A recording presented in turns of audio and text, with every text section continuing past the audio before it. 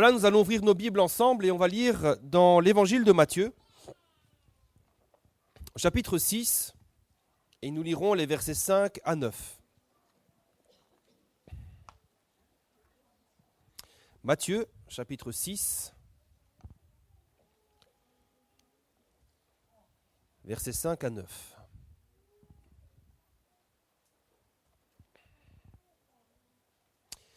Et je pense que vous allez tout de suite comprendre de quoi nous allons parler ce matin.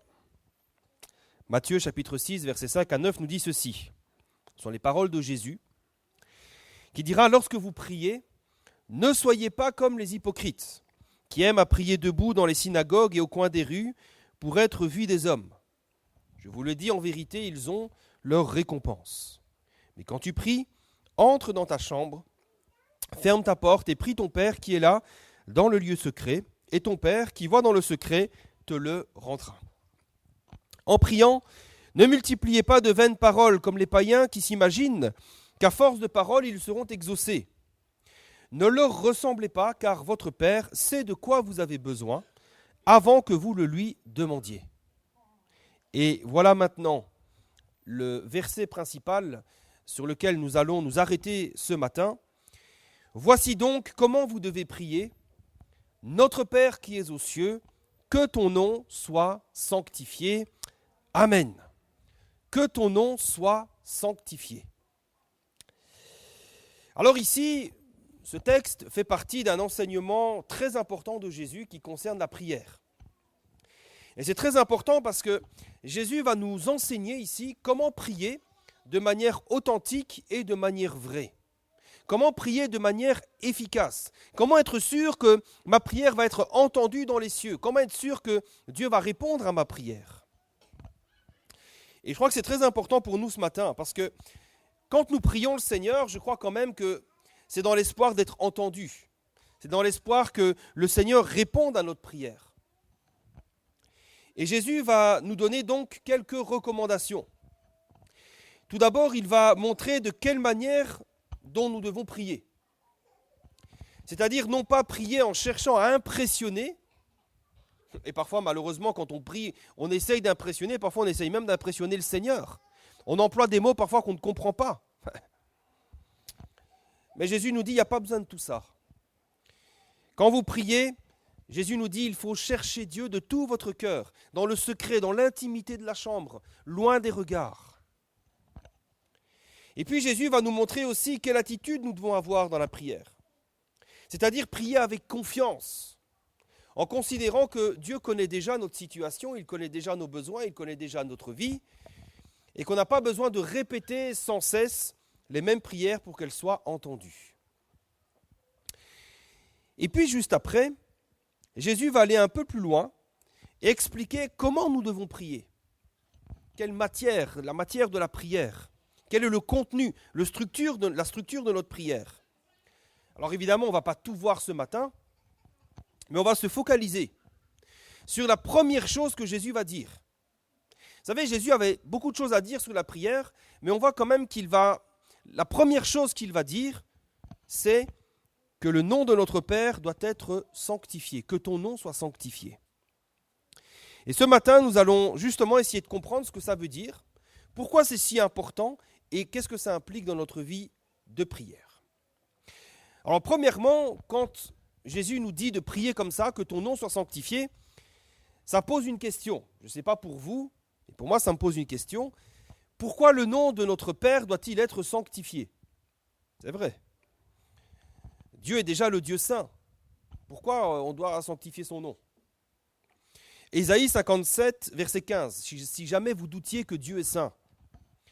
La Bible nous dit, car ainsi parle le Très-Haut, dont la demeure est éternelle et dont le nom est saint. J'habite dans les lieux élevés et dans la sainteté. Le nom de l'Éternel est déjà saint et il habite dans la sainteté. Le psaume 99, verset 3 nous dit, qu'on célèbre ton nom grand et redoutable, il est saint. Et on l'a chanté d'ailleurs tout à l'heure, hein, tu es saint. Alors, si le nom de Dieu est déjà saint, pourquoi Jésus nous demande-t-il de le sanctifier? Vous avez une feuille de papier, vous avez 1 heure pour répondre à cette question. Alors non, ce n'est pas parce que le nom de Dieu le Père n'est pas toujours saint, ce n'est pas parce que de temps en temps il manque de sainteté. Si Jésus nous demande de sanctifier le nom du Père, c'est pour une raison très simple, c'est parce que son nom a besoin d'être sanctifié dans notre vie. Le nom du Père, le nom de Dieu est déjà saint, mais il a besoin d'être sanctifié dans notre vie, dans notre conception, dans notre cœur, dans notre esprit. Vous savez, Dieu est saint par nature. Dieu est saint de toute éternité. Il n'y a en lui ni ombre, ni ténèbres, ni malice, ni quoi que ce soit de mal. Et le seul endroit, le seul lieu où son nom doit être sanctifié, eh bien c'est dans notre vie, dans notre esprit et dans notre cœur. Qu'est-ce que ça veut dire? Alors je vais vous raconter quelque chose qui m'est arrivé dernièrement. Tous les matins, à peu de choses près, je conduis ma fille à la crèche. Et tous les matins, je prie pour elle. Je demande au Seigneur de la bénir, de la garder, de la protéger de tout accident. Hein, vous savez, quand on est jeune papa, on est un petit peu, inquiet. Donc voilà. Et je demande aussi au Seigneur de bénir les tatis de la crèche, en leur donnant toute la sagesse dont elles ont besoin, des mains intelligentes pour s'occuper de ma fille, etc. Et je crois qu'elles ont besoin de nos prières aussi. Parce qu'être enfermé toute une journée avec des enfants qui crient et qui pleurent, bah, c'est quelque chose. Hein. Même si on aime les enfants de tout notre cœur. Vous savez, petite parenthèse, un jour, je dépose ma fille et tous les autres enfants de la crèche étaient là et je ne sais pas ce qu'ils avaient ce jour-là, ils étaient en forme. Vous savez, quand les enfants sont en forme, là. Et vous savez, quand on dépose, on reste quelques secondes, quelques dizaines de secondes, on passe les informations, etc., etc. Et les cris, les pleurs, l'énergie des enfants, ça m'a fait monter la tension. Et je me suis dit, mais comment elles font pour rester toute une journée comme ça? Donc, prions pour ces dames qui gardent nos enfants et je ferme la parenthèse. Voilà, prions pour elles. Et puis un jour, je vais récupérer ma fille. Et là, on me dit, oh là là, elle a passé une bonne journée, mais elle s'est un petit peu cognée, voilà, sur sa chaise, elle a bougé un petit peu, elle s'est cognée, etc. Et là, je vois sa lèvre qui est gonflée, et je vois son petit nez, une petite graffinure sur son nez.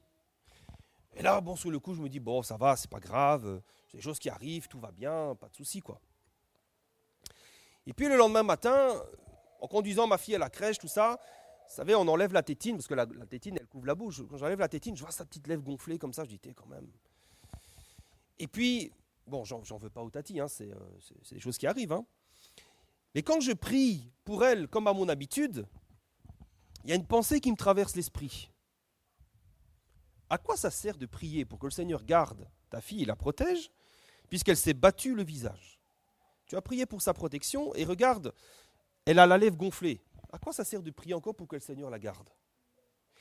Et là, je commence à avoir un sentiment bizarre. Je me dis, mais est-ce que le Seigneur m'aurait abandonné? Est-ce que ça sert encore à quelque chose de prier? Alors évidemment, tout ça s'est passé en une fraction de seconde. Hein. Et gloire soit rendue à Dieu, le Saint-Esprit a pris le relais. Et le Saint-Esprit est intervenu et il m'a rappelé ceci. Effectivement, elle s'est cognée. Tu avais prié pour ça, elle s'est cognée alors que tu avais prié. Mais qu'est-ce que ça veut dire? Est-ce que si tu pries par exemple pour qu'elle ne tombe jamais malade, est-ce que ça veut dire que de toute sa vie elle ne connaîtra jamais la maladie? Si tu pries pour que je la guérisse tout le temps, ça veut dire qu'en fait, quelque part, elle ne mourra jamais. Alors je sais que tout ça n'est pas possible. Et là, j'ai réalisé quelque chose. Cette expérience m'a permis de mieux comprendre encore ce que Jésus nous dit quand il nous dit que ton nom soit sanctifié. Et je vais m'expliquer. Vous savez, quand nous prions le Seigneur, nous ne devons jamais oublier à qui nous nous adressons. Jamais. Alors oui, Dieu nous aime. Oui, Dieu est bon. Bien sûr, Dieu ne veut que notre bien. Oui, Dieu entend nos prières. Bien sûr que Dieu répond à nos prières. Mais nous devons comprendre aussi que le Dieu qui nous aime, le Dieu qui ne veut que notre bien, c'est aussi le Dieu saint, le Dieu souverain et un Dieu infiniment sage. Ésaïe 55, verset 8 nous dit « C'est Dieu qui parle et qui dit « Mes pensées ne sont pas vos pensées, et vos voix ne sont pas mes voix, dit l'Éternel. Autant les cieux sont élevés au-dessus de la terre, autant mes voix sont élevées au-dessus de vos voix, et mes pensées au-dessus de vos pensées. » Et là, je crois que nous devons bien comprendre quelque chose. Et je le dis avec beaucoup de respect, beaucoup de douceur. Vous savez, Dieu n'est pas notre serviteur. Dieu est notre maître, il est notre Seigneur et il est notre roi. Et malheureusement, parfois, on peut avoir tendance à l'oublier. Et on exige des choses de Dieu, on réclame des choses de la part du Seigneur. Et parfois, il peut nous arriver, comme ça, petit à petit, d'avoir peut-être un rapport un peu trop familier avec Dieu. Comme si Dieu était notre pote, comme si sa grâce était un dû, comme s'il était obligé de répondre favorablement à chacune de nos prières, comme si Dieu n'avait pas de plan, comme si Dieu était obligé d'accomplir toutes nos volontés. Et c'est ainsi que, petit à petit, on peut s'imaginer que, mais parce qu'on demande quelque chose à Dieu, Dieu doit le faire. Dieu est obligé de le faire. Alors je ne dis pas qu'on le fait consciemment, Parfois on le fait inconsciemment. Moi c'est arrivé en une fraction de seconde, c'est arrivé comme ça. Peut-être un manque de vigilance, je ne sais pas, ou peut-être les émotions. Et parfois ce qui se passe, c'est que si Dieu ne répond pas à nos exigences, on peut se sentir trahi. Et là on est gros cœur, on se dit Dieu m'a oublié, Dieu ne m'aime plus, Dieu m'a abandonné. Et ça, c'est peut-être le signe d'une relation qui serait devenue un peu trop familière avec Dieu. Une relation peut-être dans laquelle nous avons oublié quelle est la place, quel est le rang de Dieu. Et c'est la raison précise pour laquelle Jésus nous dit que quand nous prions, la première chose à faire, c'est de sanctifier le nom de notre Dieu dans notre cœur. Alors qu'est-ce que ça veut dire ?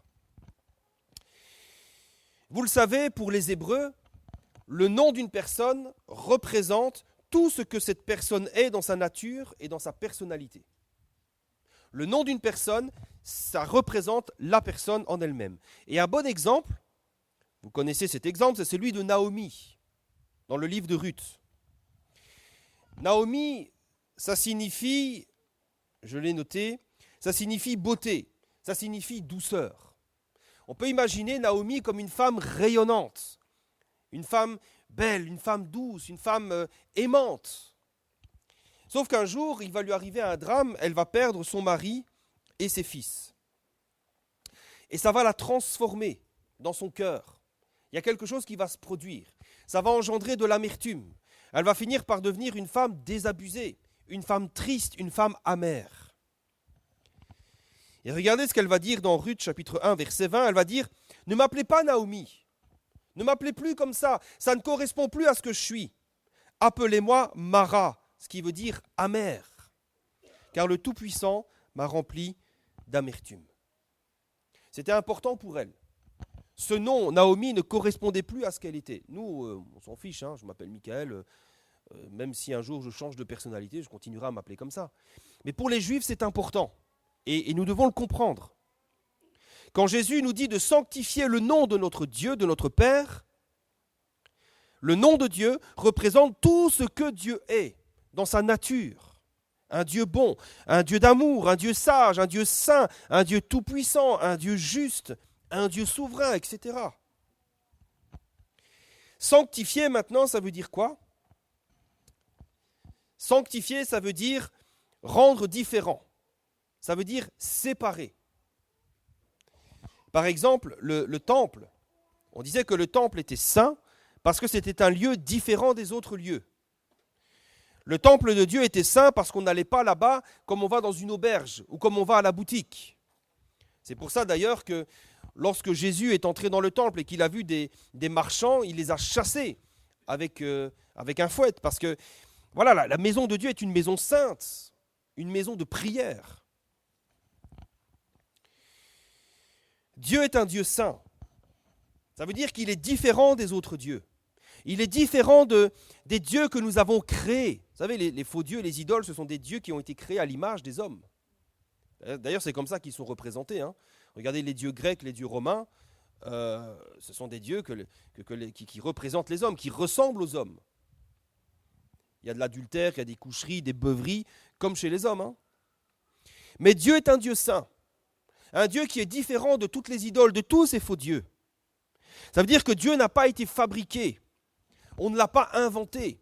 Dieu est vivant, Dieu se révèle, et Dieu il entend, il voit et il agit, contrairement aux idoles qui ont des bouches qui ne parlent pas, des yeux qui ne voient pas, des oreilles qui n'entendent pas et des bras qui n'agissent pas.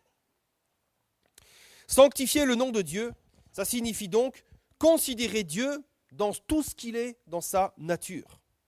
Et ça, voyez-vous, c'est tellement important quand nous prions. Tellement important. Combien de fois, par exemple, nous sommes ingrats dans nos prières? Nous faisons preuve d'ingratitude. Alors, je vise personne. S'il y a une seule personne que je vise, c'est moi en premier. Rassurez-vous. Parfois, quand on prie, on ne fait que demander des choses à Dieu, sans jamais penser à le remercier pour tout ce qu'il a déjà fait pour nous. Ça arrive, des fois. Et le problème, c'est que si nous oublions de compter tous les bienfaits de Dieu, que nos temps de prière ne se limitent qu'à des listes de demandes et de demandes et de demandes, quelle relation est-ce que nous avons encore avec Dieu? Quelle relation? Comment est-ce que nous voyons Dieu? Et puis, comment témoigner de Dieu autour de nous? On n'est plus dans une relation d'amour. On n'est plus dans une relation père-fils ou fils à son père. Si nous faisons de Dieu un distributeur de bénédictions, si nous venons à lui comme on vient à la boutique faire nos courses, Seigneur, ce matin, c'est cool, tu es là. Alors voilà de quoi j'ai besoin. J'ai besoin de ça, de ça, de ça, de ça, de ça. Merci, salut. Si on fait de Dieu ça, mais notre relation avec Dieu va finir par devenir une relation très pauvre, très désincarnée, une relation de laquelle on ne tirera aucun épanouissement. Parce que si Jésus ne répond pas à toutes nos exigences, là on est fâché. Une relation dans laquelle il n'y a plus de joie, plus de plaisir, plus de paix, plus rien du tout. Par contre, si avant de faire nos demandes à Dieu, nous comptons tout ce que Dieu nous a déjà donné dans sa grâce, nous comptons ses bienfaits, tout ce que Dieu nous a donné parce qu'il nous aime, parce qu'il est bon envers nous, il se peut que nous ne demandions même rien du tout au Seigneur parce que notre cœur serait tellement rempli de louanges qu'on oublierait même de demander quelque chose à Dieu. Ça serait quand même beau ça, quand même, non? Si peut-être un matin, en te levant, tu as plein de choses à demander à Dieu et puis tu comptes ses bienfaits et puis au final tu oublies tout ce que tu voulais demander à Dieu parce que ta prière n'est qu'un temps de louange et d'adoration. Ça serait merveilleux, Prenons le temps d'y penser un instant. Combien de temps passons-nous à louer Dieu dans nos temps de prière? Combien de temps est-ce que nous passons à célébrer sa gloire, à célébrer sa grâce? Combien de temps nous passons, par contre, à lui formuler nos demandes? Chacun peut répondre pour lui-même. Et je crois que c'est la raison pour laquelle nous avons besoin de sanctifier le nom de Dieu quand nous prions. Nous avons besoin de prendre le temps de considérer et de réaliser qui est ce Dieu à qui nous nous adressons. Considérons par exemple que Dieu est amour. Considérons qu'il est notre Père, qu'il est rempli de bonté et de bienveillance à notre égard. Considérons également tout ce qu'il a déjà fait pour nous. C'est comme ça que nous sanctifions son nom. Considérons son Fils Jésus mort à la croix pour nous. Quel Père fait ça? Considérons cela. Rappelons-nous du jour où Jésus nous a sauvés. Rappelons-nous du jour où il nous a guéris. Nous avions prié, nous étions dans la détresse, dans le désespoir. Il nous a entendus, il nous a tendu la main, il a déversé sa puissance, il nous a guéris. Souvenons-nous de ces choses-là. Souvenons-nous qu'il n'était pas obligé de le faire. Dieu est un Dieu souverain. Il n'est obligé par rien ni par personne. Personne ne peut le contraindre. Rappelons-nous du jour où il nous a délivrés d'une addiction, d'un problème, d'une situation dont nous ne pouvions pas nous sortir. Et rappelons-nous toutes les bénédictions qu'il nous a accordées, nos enfants, notre travail, notre bonne santé, si c'est le cas. Le pain que nous avons sous notre table chaque jour. Nous pouvons aller faire des courses, nous pouvons remplir le chariot et le frigo est plein. Et puis toutes les prières qu'il a exaucées au-delà même de ce que nous avions demandé. Vous savez, toutes ces choses, elles parlent de Dieu. Toutes ces choses nous disent qui Dieu est. Vous savez, quand Dieu me bénit au-delà de ce que je lui ai demandé, moi je vois la marque de son amour et de sa bonté. Ça me parle de Dieu. Quand je vois comment Dieu guérit parfois de manière miraculeuse, ça me parle de sa puissance. Et je me dis, mais rien ne lui est impossible et ça encourage ma foi. Vous savez, nous ne devons pas prier dans l'urgence. C'est vrai qu'on a des vies, on est sous pression parfois, on manque de temps. Mais ne cédons pas à l'urgence quand nous prions. Prenons le temps qu'il faut. Et quand nous prenons ce temps-là, quand nous prenons le temps de compter les bienfaits de Dieu, eh bien, la louange et l'action de grâce vont monter naturellement à notre cœur. Ensuite, peut-être avant de lui formuler nos demandes, considérons qui il est dans sa nature. Considérons que Dieu est infiniment sage. Dieu possède une sagesse que nous ne pouvons pas sonder. Prenons le temps de méditer un peu là-dessus. Où étions-nous? C'est d'ailleurs ce que Dieu a dit à Job. Où étais-tu quand j'ai formé la terre, quand j'ai formé les montagnes, quand j'ai placé les astres dans le ciel? T'étais où? Il était où ton conseil? Vous savez, Dieu a créé tout ça sans nous. Et il s'est bien débrouillé quand même. Bon, après les hommes se sont mêlés de tout ça, et l'homme a fait des dégâts. Même l'espace est pollué. Mais notre Dieu est un Dieu infiniment sage, un Dieu qui agit toujours avec intelligence, un Dieu qui est capable de considérer les choses dans leurs moindres détails, un Dieu qui suit toujours un plan qui est absolument parfait et qui nous dépasse. Vous savez, il y a une chose que j'ai toujours trouvée remarquable, dans le fait que notre Dieu est un Dieu qui travaille aussi dans les détails, c'est sur les flocons de neige. Il n'y en a pas beaucoup ici à La Réunion, mais les flocons de neige sont tous différents. Vous allez me dire, mais personne n'aurait fait un reproche à Dieu s'il avait fait tous les flocons de neige pareils. Si Dieu s'était dit, bon, c'est des flocons de neige, on va tous les faire pareils. De toute façon, la neige, elle est là, tu marches dessus, elle fond, enfin voilà. On s'en fiche un petit peu, quoi.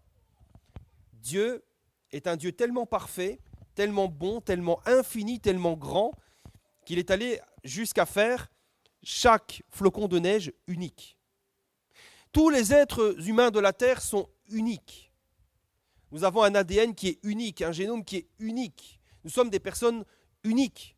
Dieu ne fait pas du copier-coller. Pourtant, il pourrait dire, ça va, ça fait 4000 ans qui séparent la population d'aujourd'hui à celle d'avant. On peut reprendre les mêmes modèles, ça m'évitera de me casser la tête. Dieu n'est pas comme ça. Dieu fait toujours des choses uniques. Dieu est un Dieu qui travaille toujours dans les moindres détails. Et quand il a façonné un plan pour notre vie, son plan est minutieux dans les moindres détails, c'est du sur-mesure.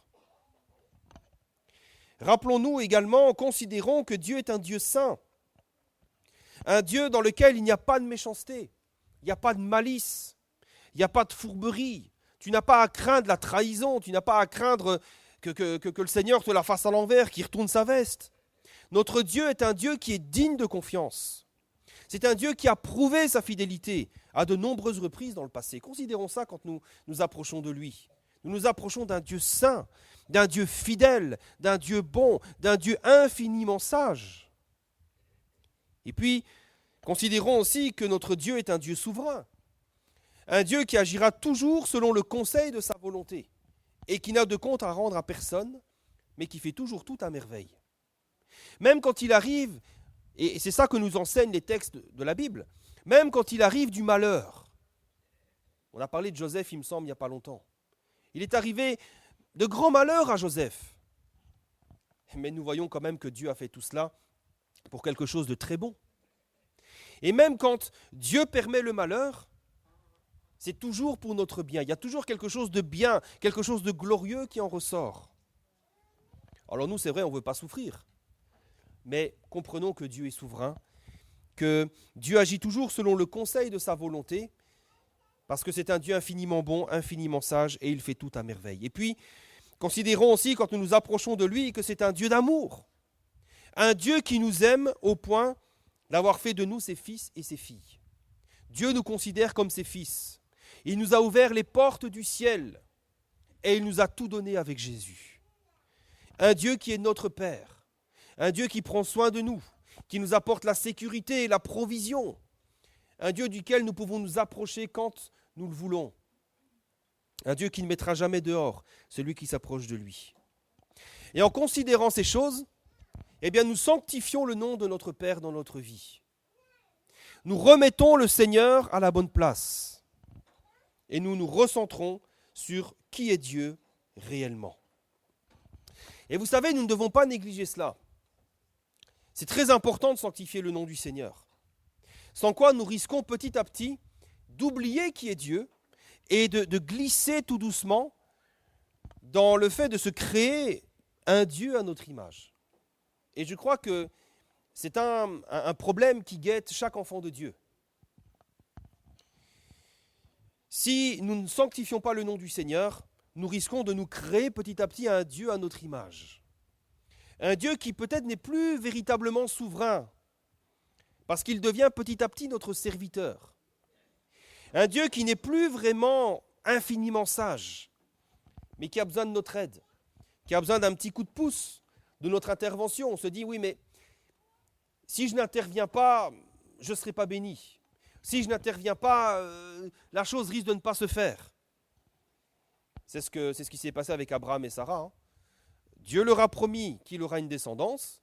Et à un moment donné, ils se sont dit, bon, le temps passe, on commence à devenir un petit peu vieux. Sarah lui dit, moi je ne peux plus avoir d'enfant, ben va vers ta servante. Et on sait les conséquences que ça a eu. Un Dieu à notre image, un Dieu que nous nous fabriquons, c'est-à-dire un Dieu qui peut-être ne serait plus vraiment saint, un Dieu dont on pourrait commencer à douter. Eh oui, Dieu a-t-il réellement dit ? Est-ce que vraiment ça va se faire ? Il paraît qu'un tel a prié pour ça, Dieu ne l'a pas fait. Il paraît que le pasteur, quand il prie pour que Dieu garde sa fille, parfois il ne le fait pas. Alors est-ce que vraiment ? Et puis on commence à douter de Dieu. Et tout ça finira par affecter notre foi.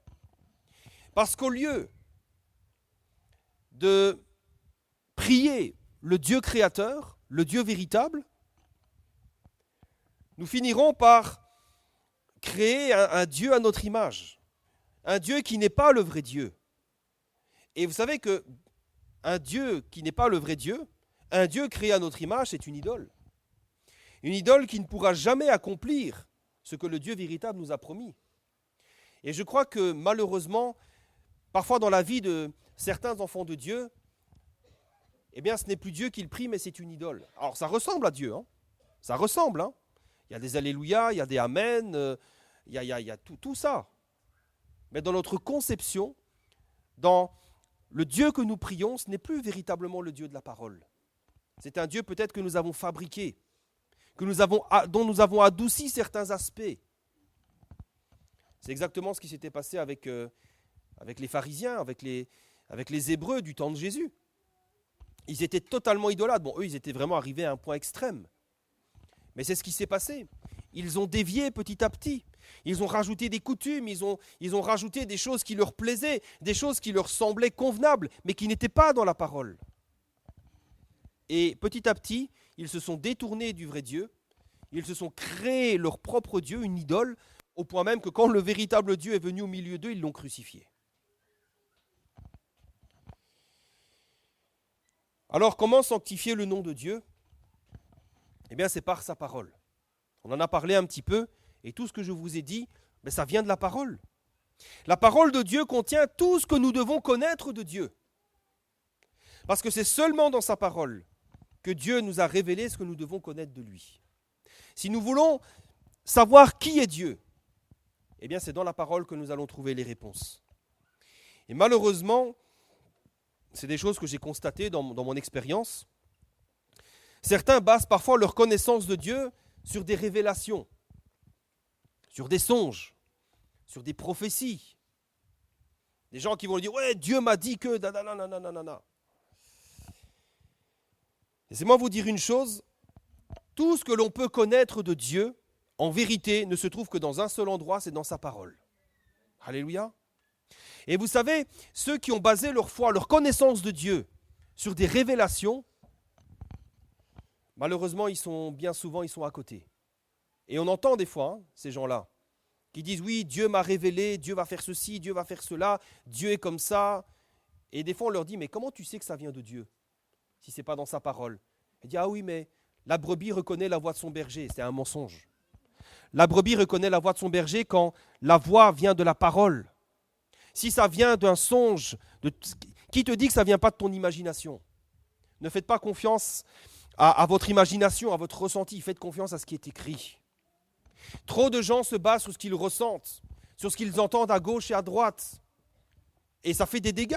Parce que des fois, on se dit, oui, mais Dieu m'a dit. Oui, mais on m'a dit que Dieu fait ceci, Dieu fait cela. Mais ce n'est pas écrit. Si ce n'est pas écrit, ne le crois pas.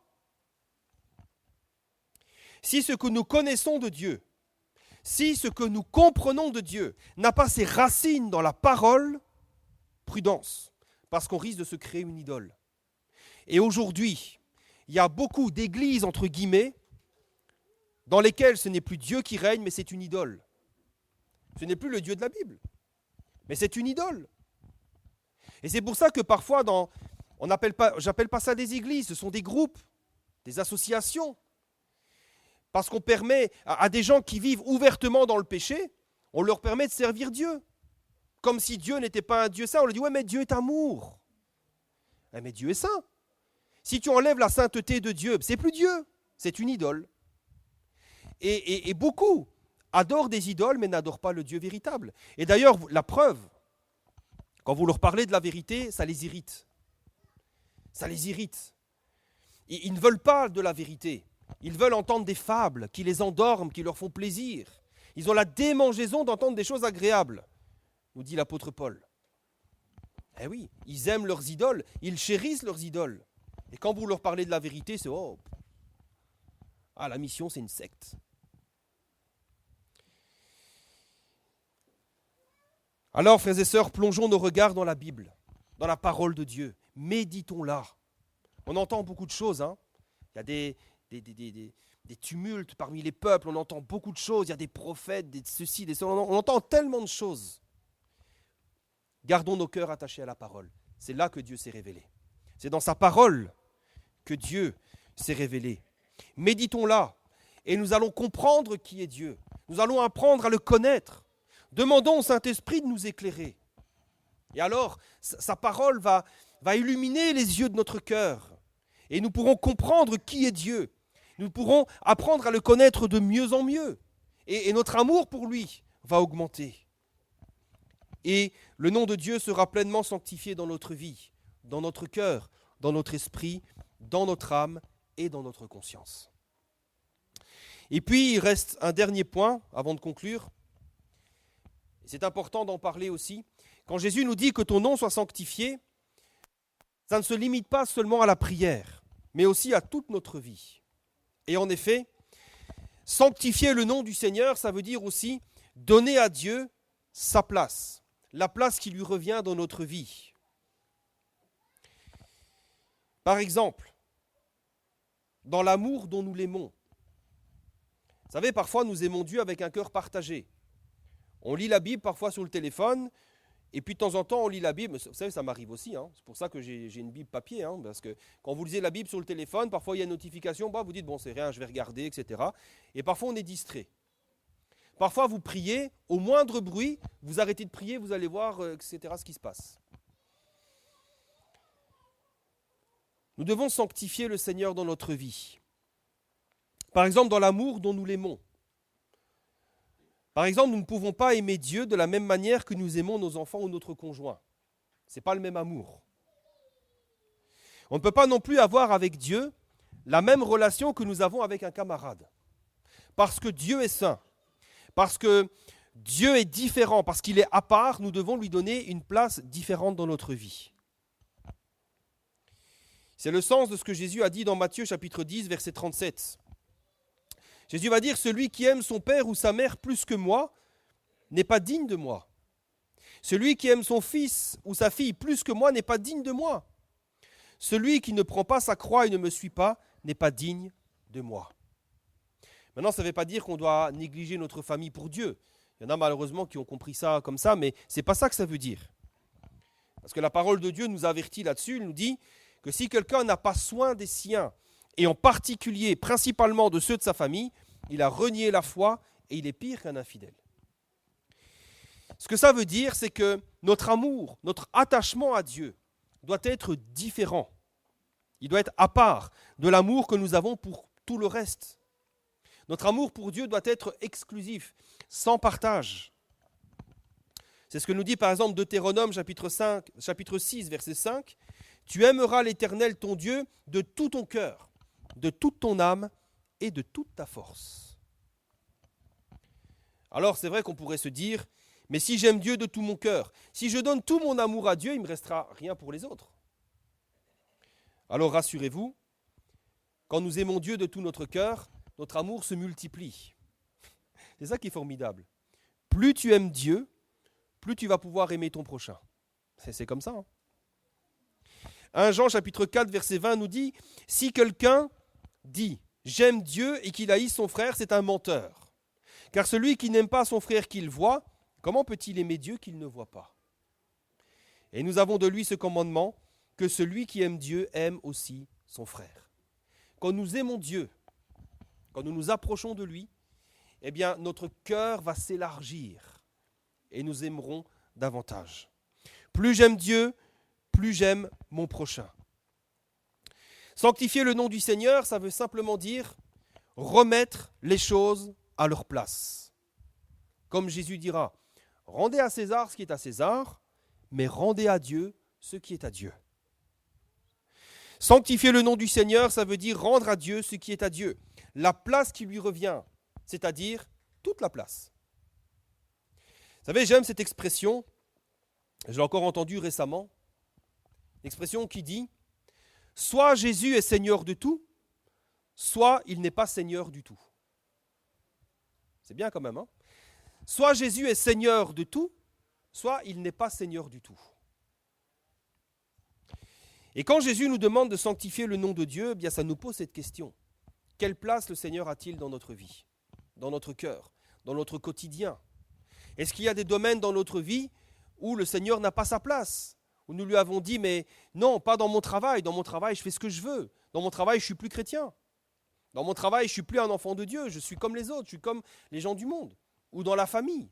Vous savez, des fois c'est dans la famille qu'on se lâche le plus, hein, et on se dit, ah bon ? Ça la mission ? Ah oui. C'est là où on se sent, c'est là où parfois on est sans filtre, c'est là où notre vraie nature parfois est révélée. Et certaines épouses, si elles révélaient ce qui se passe parfois dans le foyer, on serait étonné. Hein. Ne demandez pas à mon épouse ce qui se passe dans le foyer. Je ne suis pas toujours exemplaire non plus, hein. On est des hommes, mais on a besoin de sanctifier le nom du Seigneur dans notre vie. On a besoin de le mettre à sa place, c'est-à-dire qu'il prenne toute la place. Dans notre foyer, dans notre cœur, dans nos pensées, dans notre travail, dans nos fréquentations, partout. Quelle est par exemple la place de sa souveraineté dans ma vie ? Oui, Dieu est souverain, mais est-ce qu'il est souverain dans ma vie, dans mes choix, dans mes décisions ? Est-ce que le dernier mot lui appartient ? Ou alors on demande conseil à Dieu dans l'espoir que Dieu aille dans notre sens. Et puis si Dieu ne va pas dans notre sens, de toute façon, ce n'est pas grave, on a quand même pris la décision. Est-ce que c'est lui qui est réellement le Seigneur et moi son serviteur ? Ou alors on se prend pour des seigneurs et on le prend lui pour un serviteur. Quelle est la place de sa parole dans ma vie ? Vous savez, la parole de Dieu, ce n'est pas n'importe quoi, ce n'est pas un bouquin. C'est... La parole de Dieu, c'est Jésus. La Bible nous dit que la parole, elle a été faite chair. La parole de Dieu, elle est vivante, elle est puissante, elle est efficace. Sa parole nous éclaire, sa parole, elle est vivante. Mais quelle est la place que nous lui donnons dans notre vie ? Est-ce que je la considère et est-ce que je l'écoute comme ce qu'il y a de plus important, de plus précieux pour ma vie ? Ou alors je la considère comme une parole parmi tant d'autres. J'écoute un peu la parole, j'écoute un peu Facebook, j'écoute un peu Radio Freedom, j'écoute un peu la politique, j'écoute un peu ceci. Quelle est la place que nous lui donnons dans notre vie ? Est-ce que c'est elle qui gouverne? Est-ce que c'est elle qui est la norme de ma vie? Ou alors j'écoute aussi d'autres choses? Que ton nom soit sanctifié signifie que la parole de Dieu est une place à part dans ma vie, la place qui lui revient, la place d'honneur. Sanctifier le nom du Seigneur, ça veut dire l'adorer lui seul. Ça veut dire nous débarrasser de nos idoles et le placer sur le trône de notre vie, de notre cœur, sans le partager avec quoi que ce soit. C'est considérer que Dieu seul est tout-puissant pour ma vie, que je n'ai besoin de rien d'autre que lui, qu'il est pleinement suffisant, que Dieu n'a pas besoin de mon aide, que Dieu n'a pas besoin de mon conseil. J'ai besoin de son aide, j'ai besoin de son conseil, j'ai besoin de sa grâce. C'est considérer que lui seul est capable de nous secourir, de nous sauver et de pourvoir à chacun de nos besoins. Alors que le Seigneur Jésus nous aide, que nous puissions chaque jour, chaque fois que nous nous approchons de lui, nous rappeler: ô Éternel, que ton nom soit sanctifié.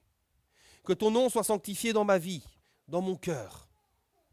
Rappelons-nous qui Dieu est pour nous. Et je crois que c'est pour ça que c'est important parfois de lire la Bible avant de prier. C'est ce que nous faisons dans nos réunions de prière. Nous avons un court partage de la parole parce que ça permet de recentrer nos pensées sur qui est Dieu. Parfois, si nous prions comme ça, on peut oublier des fois. Et on peut, malheureusement, si on prend cette habitude-là, glisser tout doucement dans l'idolâtrie. Alors gardons-nous, mettons la parole de Dieu au centre. Mettons la louange au centre de notre vie. Et prions l'Éternel, adorons-le en esprit et en vérité. Sanctifions son nom. On va prier le Seigneur quelques instants.